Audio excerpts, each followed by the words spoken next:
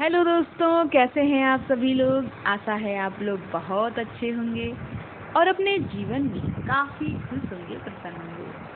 तो दोस्तों, स्वागत है आप सभी का आपके अपने ही चैनल जिसका नाम है ज्ञान मंत्र, और जहां हम लोग करते हैं कुछ ज्ञान की बातें। प्यारे दोस्तों, आज की संपादकीय लेकर मैं प्रस्तुत हूँ और आज की संपादकीय का टॉपिक है बड़े खतरे से जूझता मणिपुर।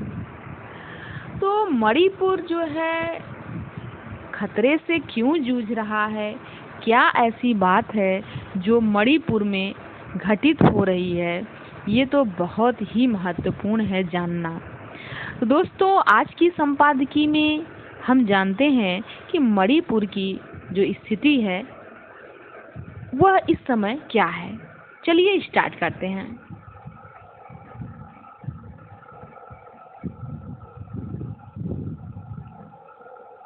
मणिपुर में 2 महिलाओं के साथ सार्वजनिक रूप से यौन हिंसा की अमानवीय घटना से पूरे देश में आक्रोश है। इस घटना के बाद राज्य में मैती एवं कुकी के बीच नए सिरे से तनाव भड़कने की आशंका है। मणिपुर में मैती और 34 जनजातियां सदियों से साथ रह रही हैं। मणिपुर मुख्य रूप से पर्वतीय राज्य है। मैदानी क्षेत्र के करीब 10% में मैती और 90% पहाड़ी क्षेत्र में जनजातियां रहती हैं। कई त्योहारों के संस्कार ऐसे हैं जो मैती और जनजातियों के प्रगाढ़ संबंधों को प्रमाणित करते हैं। मैती शासन में उस समय परिवर्तन आया जब 18वीं शताब्दी में राजा पामहैबा वैष्णव बन गए। परिणाम स्वरूप अधिकांश मैती वैष्णव मतावलंबी हो गए। 1891 में अंग्रेजों के हाथ मणिपुर की पराजय हुई और फिर 1945 में वह द्वितीय विश्व युद्ध का साक्षी बना। इस युद्ध के बाद लोकतांत्रिक तरीके से महाराजा बोधचंद्र के नेतृत्व में मणिपुर एक्ट 1947 बना। जब भारत आजाद हुआ तब मणिपुर एक स्वतंत्र क्षेत्र था और उसका अपना संविधान था। जब भारत आजाद हुआ तब मणिपुर जो है एक स्वतंत्र क्षेत्र के रूप में था और उसका एक अपना संविधान भी था। द्वितीय विश्व युद्ध के प्रभाव से मणिपुर की सामाजिक, राजनीतिक, आर्थिक तथा सांस्कृतिक परिस्थितियां बदली। 1949 में मणिपुर के महाराजा बोधचंद्र और भारत सरकार के बीच एक संधि के तहत मणिपुर स्टेट का भारत में विलय हुआ। 1956 में मणिपुर केंद्र शासित प्रदेश बना। तो बहुत महत्वपूर्ण जानकारी है कि 1956 में मणिपुर जो था वो केंद्र शासित प्रदेश बना। 1972 में उसे पूर्ण राज्य का दर्जा मिला और 34 जनजातियों को अनुसूचित जनजाति की मान्यता मिली। मणिपुर में कुछ ऐसी जनजातियां भी हैं जो अपने को न कुकी मानती हैं और न ही नगा। मणिपुर में इस्लाम मानने वाले भी हैं जिन्हें मैती पांगल कहते हैं। नेपाल, बिहार के अलावा जैन समुदाय के लोग भी यहाँ हैं। नगा और मैती लोगों को ही मणिपुर का मूल निवासी माना जाता है। बाकी समुदाय यहाँ बाद में आए। कुकी लोगों का मणिपुर में आगमन 1844 में शुरू हुआ। कुकी बर्मा यानी म्यांमार से आकर यहाँ की पहाड़ियों में बसते रहे। उनका आगमन जारी है। जो कुकी मणिपुर आ चुके हैं वे अपने लिए अलग स्थान और प्रशासन चाहते हैं। चूड़चंदपुर पर कुकी अपना दावा करते हैं। जबकि इसे मैती महाराजा चूड़ा चांद के नाम पर बसाया गया है। बाद में इस क्षेत्र से ही मैती लोगों को भागना पड़ा। मणिपुर में एक संप्रदाय का दूसरे से संघर्ष और सह अस्तित्व भी रहा है। 20वीं सदी के अंतिम दशकों में नगा, कुकी, मैती, पांगल और कुकी पाइसे के बीच दंगे हुए। 1993 में नगा कुकी के बीच हुए दंगों के बाद दोनों में समझौता मैती समुदाय ने कराया। हाल में मणिपुर में मैती और कुकी के बीच सांप्रदायिक संघर्ष की शुरुआत 3 मई को तब हुई जब ऑल ट्राइबल स्टूडेंट्स यूनियन ने मैती लोगों को जनजाति का दर्जा देने की पहल के खिलाफ रैली निकाली। चूड़चंदपुर की रैली में जब कुछ बंदूकधारी शामिल हो गए तब हिंसा भड़क उठी। इस हिंसा की एक वजह राज्य सरकार द्वारा पर्यावरण और वन रक्षा के लिए उठाए गए कदमों के साथ अफीम की खेती के विरुद्ध चलाया गया अभियान भी माना जा रहा है। इस अभियान से चूड़चंदपुर और काडकोपी जिले में असंतोष उपजा। 28 अप्रैल को चूड़चंद में मुख्यमंत्री को एक जिम के उद्घाटन के लिए आना था।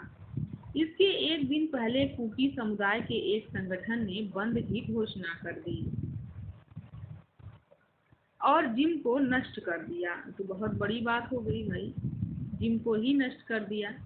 इससे तनाव फैला। इसी तनाव के बीच हाई कोर्ट का यह आदेश आया कि सरकार मैती को जनजाति का दर्जा देने पर विचार करे। इससे माहौल और बिगड़ा। चूड़चंदपुर और मोरे में मैती लोगों पर हमले शुरू हो गए। उनके घर और मंदिर जलाए जाने लगे। हजारों मैती लोगों को भागना पड़ा। पुलिस हिंसक भीड़ को काबू नहीं कर पाई।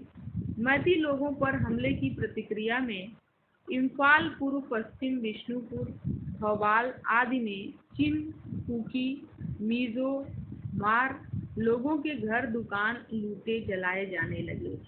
बाद में मैती लोगों के गांवों पर पहाड़ों से गोलियां बरसाई जाने लगीं और पुलिस एवं सुरक्षा बलों पर भी हमले शुरू हो गए। सवाल उठ रहे हैं कि सेना की मौजूदगी में भी हिंसा क्यों हो रही है।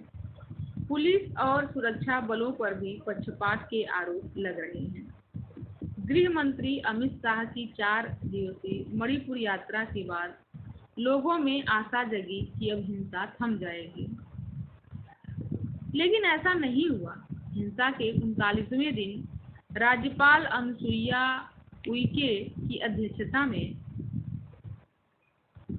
51 सदस्यों की एक शांति समिति बनी। इसके सदस्यों में मतभेद के चलते इस समिति की एक बैठक बस नहीं हो पाई। हिंसा को लेकर राजनीति भी हो रही है। मणिपुर सरकार के 10 कुकी विधायक अलग प्रशासनिक व्यवस्था की मांग कर रहे हैं। कुकी लोगों का दावा है कि मैती संपन्न है और सरकारी नौकरी में भी उनकी संख्या ज़्यादा है, पर सच तो यह है कि कुकी लोगों की संख्या भी कम नहीं है। मणिपुर में ड्रग्स का कारोबार खूब फैला है। यहाँ अफीम की बढ़ती खेती को देखते हुए लोगों को डर है कि कहीं मणिपुर ड्रग्स का गढ़ न बन जाए।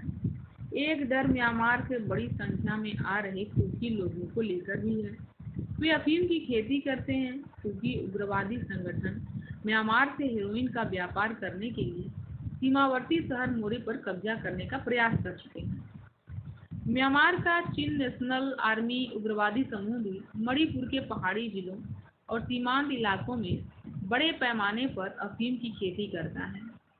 इम्फाल के एक कुकी इलाके में ड्रग्स बनाने वाली एक मोबाइल लैब मिल चुकी है।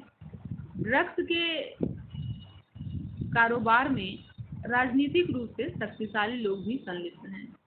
इनमें से कुछ ऐसे हैं जो बंदूकधारियों के सहारे चुनाव भी जीत जाते हैं। एक उग्रवादी समूह हथियारों के सहारे कुकी होमलैंड का सपना देख रहा है। मणिपुर में तमाम लोग कुछ समय पहले अच्छी जिंदगी जी रहे थे। हिंसा के बाद अचानक सड़क पर आ गए हैं। कितनों ने अपनों को खोया है। हिंसा और तनाव के बीच म्यांमार से होने वाली घुसपैठ थमी नहीं। कुकी समूहों के हथियारबंद तत्व अब बेकाबू हैं। मणिपुर की हिंसा देश की आंतरिक और बाहरी सुरक्षा के लिए बड़ा खतरा है। इसकी गंभीरता को समझने की जरूरत है, नहीं तो देर हो जाएगी। लेखिका हैं मणिपुर विश्वविद्यालय में, यह एसोसिएट प्रोफेसर हैं और मणिपुर में ऐसी घटनाएं हो रही हैं तो ये बहुत अच्छी बात नहीं है, एक बुरी खबर है ये मणिपुर के लिए। और यहाँ की यह प्रोफेसर हैं डॉक्टर एलांगबम विजय लक्ष्मी। क्योंकि मणिपुर की हिंसा देश की आंतरिक और बाहरी सुरक्षा के लिए एक बड़ा खतरा है, इसलिए इस पर गंभीरता दिखाने की जरूरत है। आज का यह जो संपादकीय लेख था मणिपुर से संबंधित और मणिपुर में जो भी घटनाएं घट रही हैं, बिल्कुल एक अच्छा संदेश नहीं है हमारे देश के लिए। तो बिल्कुल ये सब घटनाएं रुकनी चाहिए और एक शांति सौहार्द का माहौल होना चाहिए। तो दोस्तों, आज की संपादकीय कुछ नहीं समाप्त करते हैं। मिलते हैं नए वीडियो में नए संपादकीय के साथ। धन्यवाद।